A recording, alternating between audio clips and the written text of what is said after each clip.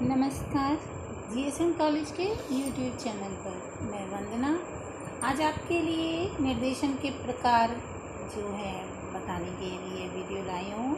पिछले वीडियो में हमने निर्देशन के अर्थ को समझा था। जो निर्देशन है वो वास्तव में व्यक्ति को अपने आप को पहचानने में मदद करना था, सहायता देना था, जिससे वह अपने जीवन में आगे बढ़ सके। आज मैं जो हूँ निर्देशन कितने प्रकार का होता है इस पर चर्चा करूँगी।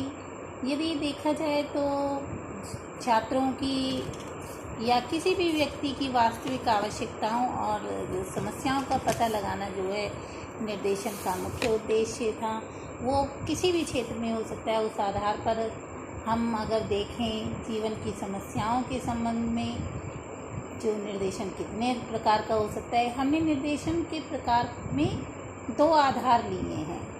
पहला है जीवन की समस्याओं के आधार पर, जो भी जीवन की समस्याएं चाहे वो फिर सामाजिक हों, स्वास्थ्य की हों या व्यक्तित्व से संबंधित हों, इसके आधार पर कितने प्रकार का निर्देशन होता है। और जो दूसरा है वो जो है निर्देशन विधि के अनुसार, कि वो कौन कौन सी विधियों के अनुसार आप निर्देशन को बांटेंगे। तो सबसे पहले देख लेते हैं जीवन की समस्याओं के आधार पर निर्देशन कितना है, कितने प्रकार का होता है। इसमें मैंने दो मनोवैज्ञानिकों, दो शिक्षाविदों का आधार लिया है, जिसमें पहले हैं जोन्स ने जो है जीवन की समस्याओं के आधार पर निर्देशन को 8 प्रकार का बताया है, जिनमें है पहला स्वास्थ्य तथा शारीरिक विकास से संबंधित निर्देशन, दूसरा घर तथा परिवार से संबंधित निर्देशन, तीसरा अवकाश के समय से संबंधित निर्देशन, चौथा व्यक्तित्व संबंधित निर्देशन, पांचवा धार्मिक संबंधी निर्देशन और छठा विद्यालय संबंधी निर्देशन, सातवां सामाजिक संबंधी निर्देशन और आठवां व्यावसायिक संबंधी निर्देशन। प्रश्न आ जाता है जोन्स ने कितने आधारों पर जो है कितने प्रकार के निर्देशन बताए हैं। तो संख्या दे रखी होती है 2, 4, 8, 10। यदि ऑप्शन में है तो आप आराम से इसे बता सकते हैं कि जोन्स ने जीवन की समस्याओं के आधार पर जो है 8 प्रकार के निर्देशन बताए हैं। 8 प्रकार के निर्देशन जो शिक्षाविद मायर्स हैं उन्होंने भी 8 आधार बताए हैं, लेकिन ये 8 जो मैंने अभी बताए हैं वो जोन्स के थे, और जो मैं अगले 8 बताऊंगी वो जो है शिक्षाविद मायर्स के अनुसार होंगे। तो देख लेते हैं मायर्स के अनुसार निर्देशन कौन कौन से हैं। तो मायर्स ने जो निर्देशन बताए हैं वो हैं व्यावसायिक निर्देशन, शैक्षिक निर्देशन, मनोरंजनात्मक निर्देशन, अगला नागरिकता निर्देशन, सामुदायिक सेवा निर्देशन, छठा सामाजिक और नैतिक निर्देशन, सातवां स्वास्थ्य निर्देशन और आठवां नेतृत्व निर्देशन। ये जो 8 हैं ये शिक्षाविद मायर्स ने बताए हैं। इन्होंने भी जीवन की समस्याओं के आधार पर जो है 8 तरीके के निर्देशनों को बताया है। यहाँ जोन्स और मायर्स के निर्देशन के जो मैंने प्रकार बताए हैं उनको बताने का अर्थ ये नहीं है कि जो है ये बिल्कुल एक दूसरे से अलग हैं।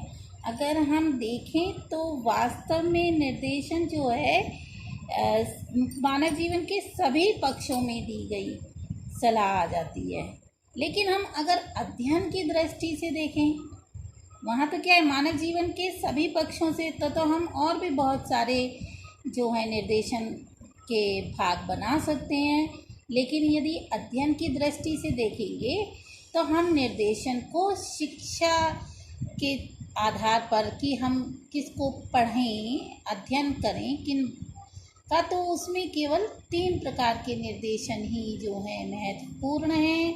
जो ये 8 प्रकार के हैं वो इन जो मैं अगले सामान्य तौर पे अध्ययन की दृष्टि से निर्देशन के प्रकार बताऊंगी उनमें ये सब कहीं ना कहीं आपको आते दिख जाएंगे। तो सामान्यतः अध्ययन की दृष्टि से हम निर्देशन को 3 भागों में बांटते हैं। पहला है शैक्षिक निर्देशन, दूसरा व्यावसायिक निर्देशन और तीसरा व्यक्तिगत निर्देशन।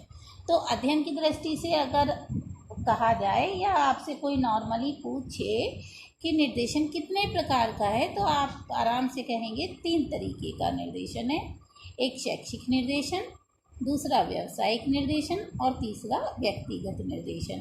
क्योंकि जो वो पीछे समस्याओं के आधार पर जितने भी निर्देशन बताए गए हैं वो ये 3 में कहीं ना कहीं समाहित हो जाएंगे। ये तो हुए जीवन की समस्याओं से संबंधित निर्देशन के आधार पर निर्देशन। अब जो निर्देशन विधि के आधार पर हम निर्देशन को कितने भागों में बांट सकते हैं, तो निर्देशन विधि के आधार पर हम निर्देशन को 2 भागों में बांट सकते हैं। पहला है वैयक्तिक, जिसे हम व्यक्तिगत भी कह सकते हैं, व्यक्तिगत निर्देशन विधि, और दूसरा सामूहिक निर्देशन विधि। जो वैयक्तिक निर्देशन विधि है, इसमें जो निर्देशन देने वाला व्यक्ति है वो निर्देशन लेने वाले व्यक्ति से मनोवैज्ञानिक संपर्क स्थापित करता है। यानी एक अकेला ही इसमें अकेले संबंध स्थापित करता है संपर्क उसके द्वारा, और उसके घर तथा पारिवारिक परिस्थितियों का अध्ययन करता है, जैसे केस स्टडी कहते हैं। तो उसके माता पिता तथा परिवार के अन्य सदस्यों से उस व्यक्ति को जो है साक्षात्कार करता है उनका, और उसके जीवन से संबंधी सभी तथ्यों को क्या करता है, वो एकत्रित करता है।